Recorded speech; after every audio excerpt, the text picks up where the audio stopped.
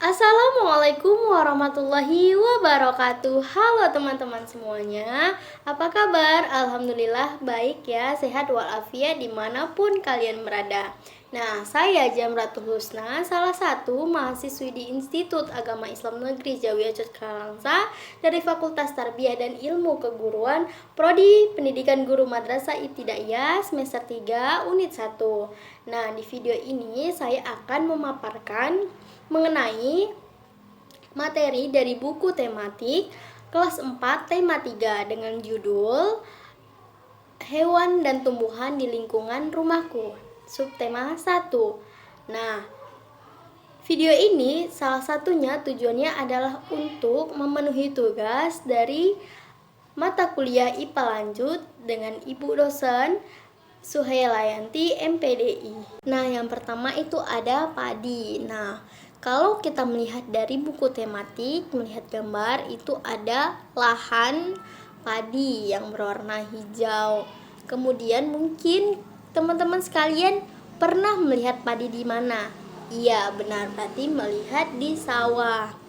Nah, padi menghasilkan beras dan beras dimasak menjadi nasi. Nasi merupakan makanan setiap hari yang kita masak, yang kita konsumsi. Nah, apakah kalian tahu beras atau nasi dari mana? Ya, benar sekali. Beras merupakan hasil dari padi. Nah, kemudian padi tidak langsung menjadi beras atau menjadi nasi. Nah, padi ada tahapannya. Yang pertama biji, kemudian yang kedua biji berkecambah, yang ketiga tanaman padi muda, tanaman padi dewasa, tanaman padi berbunga, kemudian berbuah dan berbuah menjadi beras. Nah, untuk lebih jelasnya saya akan menunjukkan atau memperlihatkan video dari tahapan tanaman padi. Pernahkah kalian mengetahui makanan yang paling banyak dikonsumsi masyarakat Indonesia? Apa? Beras, anak-anak. Beras itu berasal dari padi, anak-anak. Padi adalah tanaman yang sangat penting di Indonesia. Padi menghasilkan beras. Banyak penduduk Indonesia yang mengonsumsinya. Padi dapat dibuat di daerah panas dengan curah hujan tinggi. Daerah utama penghasil padi, anak-anak, ada di Jawa Barat, Jawa Timur, Jawa Tengah, Sulawesi Selatan, dan Sumatera Utara. Karawang yang terletak di Jawa Barat dikenal sebagai lumbung padi nasional karena pertumbuhan padinya dibagi menjadi 3 tahap besar, anak-anak. Nah, tahukah kalian, anak-anak, pertumbuhan padi itu dibagi menjadi 3 tahap besar? Pertama-tama benih dan biji padi dimasukkan ke dalam karung goni dan direndam 1 malam di dalam air mengalir supaya perkecambahannya benih terjadi bersamaan. Selanjutnya benih-benih ini ditanam di lahan sementara, bukan di lahan sawah sebenarnya ya, ditanam di lahan sementara. Bibit yang telah siap kemudian dipindah tanamkan ke sawah. Biji atau benih tadi akan tumbuh berkecambah hingga muncul ke permukaan. Bakal akar dan tunas menonjol keluar, lalu batangnya memanjang. Petani juga mengairi, memberi pestisida dan pupuk pada tanaman ini. Selanjutnya tanaman padi berbunga hingga gabah matang, berkembang penuh, keras, dan berwarna kuning, anak-anak. Gabah merupakan bulir padi yang terbungkus dalam sekam atau kulit padinya, anak-anak. Gabah ini nantinya yang akan dijadikan benih lagi. Tahap pertumbuhan padi berlangsung antara 110 hari hingga 130 hari. Setelah panen padi, gabah ditumbuk dengan lesung atau digiling sehingga sekam kulit padi terlepas dari isinya. Bagian isi inilah, anak-anak, yang berwarna putih, ada kemerahan, ungu, atau bahkan hitam yang disebut beras. Nah, teman-teman sekalian sudah lihat kan video yang saya paparkan menjelaskan tentang tahapan padi. Nah, padi sendiri merupakan tanaman yang sangat penting bagi Indonesia. Padi menghasilkan beras dan beras yang kita masak menjadi nasi. Kemudian di Indonesia sendiri seperti Karawang, Jawa Barat dikenal sebagai lumbung padi nasional. Kemudian ada beberapa cara untuk menjaga tanaman padi agar tetap dinikmati oleh masyarakat Indonesia. Nah, yang pertama itu menjaga bibit agar dapat ditanam kembali. Nah, yang kedua menjaga lahan pertanian, jangan sampai lahan digunakan untuk kebutuhan lainnya. Nah, kita bisa lihat teman-teman, banyak sekali lahan-lahan timbunan itu merupakan dari lahan tanaman padi. Nah, lahan itu dijadikan misal banyak sekali perumahan-perumahan yang tinggi-tinggi atau bangunan yang tinggi-tinggi. Nah, mereka mencari lahan dari tanaman padi.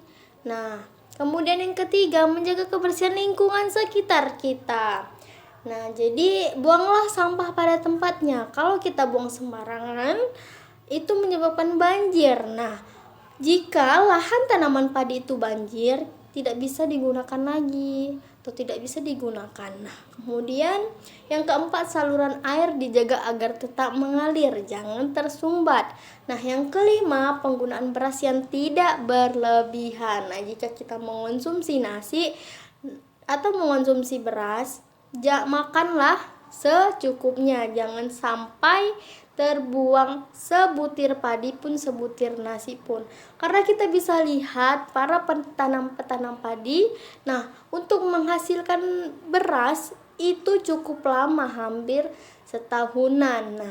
Nah, selanjutnya yaitu tentang alam Indonesia. Yang pertama kita lihat dari buku tematika halaman 3 itu ada gambar para pelayan-pelayan mencari ikan di pantai. Nah, yang kedua kita bisa lihat gambar dataran tinggi. Kemudian yang ketiga itu ada seperti lahan sawah. Nah, yang pertama itu gambar pantai, yang kedua dataran tinggi, yang ketiga dataran terendah. Nah, teman-teman mungkin pernah datang ke pantai atau melihat pantai. Nah, kemudian ada juga dataran tinggi. Mungkin teman-teman pernah melihat pegunungan atau perbukitan. Nah, itu merupakan dataran tinggi. Nah, yang ketiga itu ada daratan rendah seperti lahan sawah.